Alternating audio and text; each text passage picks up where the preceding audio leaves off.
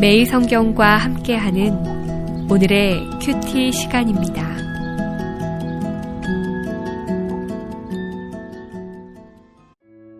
(4월 12일) 오늘의 말씀은 마태복음 26장 1절에서 16절입니다. 예수께서 이 말씀을 다 마치시고 제자들에게 이르시되 너희가 아는 바와 같이 이틀이 지나면 유월절이라 인자가 십자가에 못 박히기 위하여 팔리리라 하시더라. 그때에 대제사장들과 백성의 장로들이 가야바라 하는 대제사장의 관정에 모여 예수를 흉계로 잡아 죽이려고 의논하되 말하기를 밀란이 날까 하노니 명절에는 하지 말자 하더라. 예수께서 베다니 나병 환자 시몬의 집에 계실 때에 한 여자가 매우 귀한 향유 한 옥합을 가지고 나와서 식사하시던 예수의 머리에 부으니 제자들이 보고 분개하여 이르되 무슨 의도로 이것을 허비하느냐? 이것을 비싼 값에 팔아 가난한 자들에게 줄 수 있었겠도다 하거늘 예수께서 하시고 그들에게 이르시되 너희가 어찌하여 이 여자를 괴롭게 하느냐? 그가 내게 좋은 일을 하였느니라. 가난한 자들은 항상 너희와 함께 있거니와 나는 항상 함께 있지 아니하리라. 이 여자가 내 몸에 이 향유를 부은 것은 내 장례를 위하여 함이니라. 내가 진실로 너희에게 이르노니 온 천하에 어디서든지 이 복음이 전파되는 곳에서는 이 여자가 행한 일도 말하여 그를 기억하리라 하시니라.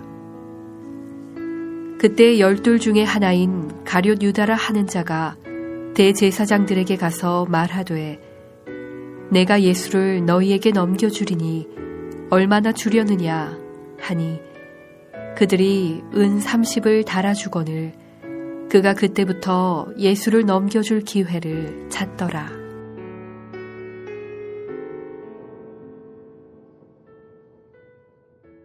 오늘의 말씀입니다. 대제사장들과 장로들이 예수님을 잡아 죽일 흉계를 꾸몄습니다. 그 전에 이미 예수님은 자신의 죽음을 예견하시고 준비하고 계셨습니다. 종교 지도자들은 밀란이 일어날까 두려워 명절에는 예수님을 죽이지 말자고 모의합니다. 하지만 유월절 어린 양으로 오신 주님은 이번 명절에 죽임 당하실 것을 제자들에게 미리 말씀하십니다. 주님은 악한 자들의 손에 죽임 당하셨지만 근본적으로는 인류의 죄값을 치르기 위해 스스로 죽음을 향해 나아가신 것입니다. 마태가 예수님의 예언과 종교 지도자들의 모의를 병행해서 기록한 의도는 무엇일까요?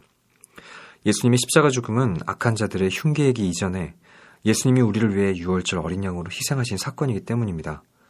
예수님이 육신을 입고 이 땅에 태어나신 이유는 역설적에게도 죽으시기 위해서였습니다. 예수님은 자신이 죽임 당할 날과 형별 방식을 제자들에게 미리 알려주셨습니다. 대제사장과 장로들의 흉계 이전에 주님의 예언이 있었습니다. 죽음의 방법도 죽음의 날짜도 핍박자들의 손이 아니라 주님의 손안에 있었습니다.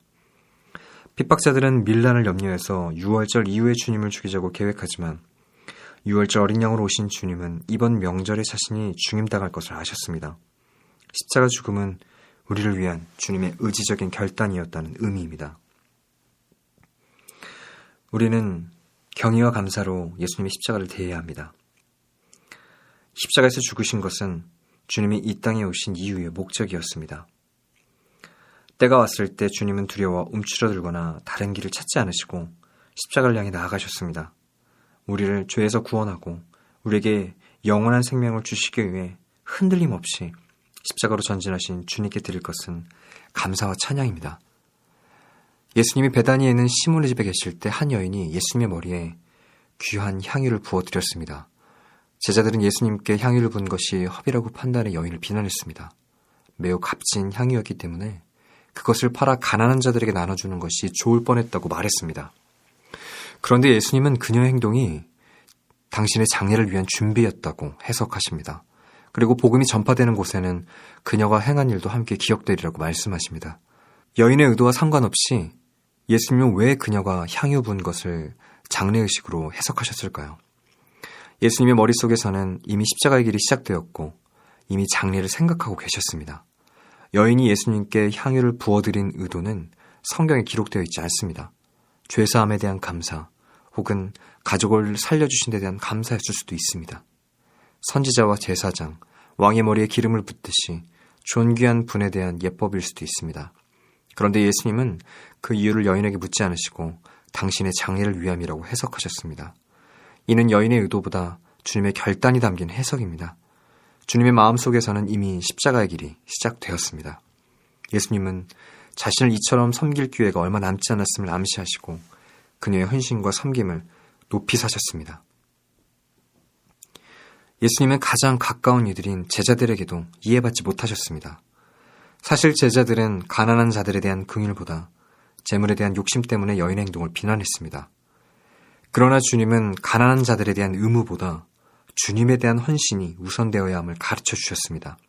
그리고 여인의 행동에 담겨있는 깊은 사랑과 감사의 뜻을 알아주셨습니다.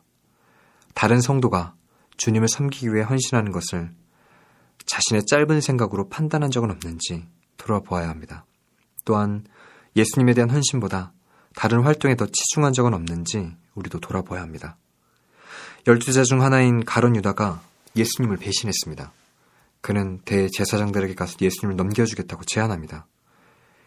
그가 먼저 대제사장들을 찾아가 금전적인 보상을 요구한 것은 대단히 적극적인 행위입니다. 종교 지도자들은 예수님을 죽이려고 음모를 꾸미던 중이었으므로 유다의 제안을 흔쾌히 받아들였습니다. 대제사장들이 달아준 예수님의 몸값은 은 30이었습니다. 이때부터 유다는 예수님을 넘겨줄 기회를 노렸습니다. 예수님의 제자인 가룟 유다가 예수님을 대제사장에게 넘겨주려 한 이유는 무엇일까요? 가룟 유다는 예수님의 정체성과 사역에 대해 오해했고 예수님을 따랐던 이유가 불순했습니다.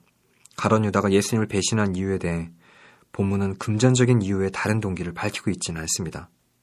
하지만 다른 본문들을 통해 그가 예수님이 건설하실 새 왕국에서 중요한 자리를 차지할 것이라고 믿었을 것임을 짐작할 수 있습니다. 가룟 유다는 예수님이 십자가 고난과 죽음에 대해 거듭 말씀하시는 것을 듣고서 예수님은 자신이 애초에 생각했던 민족의 영웅이 아니라는 사실을 알게 되었을 것입니다. 그래서 더 이상 예수님을 따르지 않기로 결심했을 것입니다. 예수님 가장 가까이에서도 예수님을 따르는 동기가 순수하지 못하면 이처럼 비극적인 결과를 불러올 수 있습니다. 예수님은 가룟 유다에게 배신당할 것을 아시면서도 그를 막지 않으셨습니다. 하나님 앞에서 의미 있는 일을 하다가도 자신의 생각과 맞지 않으면 일을 그만두는 이들이 있습니다. 그만두는데 그치지 않고 그 일의 의미를 훼손하고 주님의 마음을 아프게 하기도 합니다.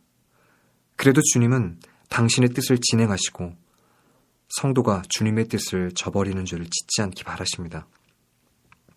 예수님과 뜻을 같이 하지 않아 결국 예수님을 팔아버렸던 가룟 유다의 사례를 기억해야 합니다. 예수님을 따르는 자신의 동기가 무엇인지 돌아보고 잘못된 마음을 품었다면 회개해야 합니다.